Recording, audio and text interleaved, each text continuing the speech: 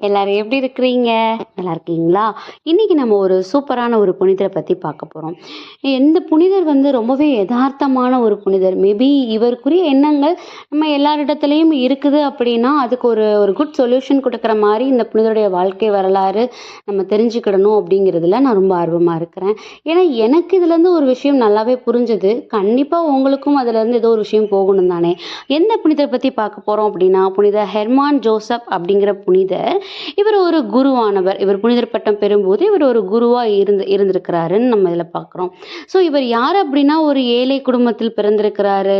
அத மாதிரி இவர் வந்து சின்ன பிள்ளையா இருக்கும்போதே வந்து சர்ச்சுக்கு போறதா இருக்கட்டும், அத மாரி எப்பயுமே தொடர்ந்து பிரேயர் பண்றதா இருக்கட்டும், இதில வந்து ரொம்பவே இவர் ஆர்வம் கொண்டவரா இருந்தாராம்.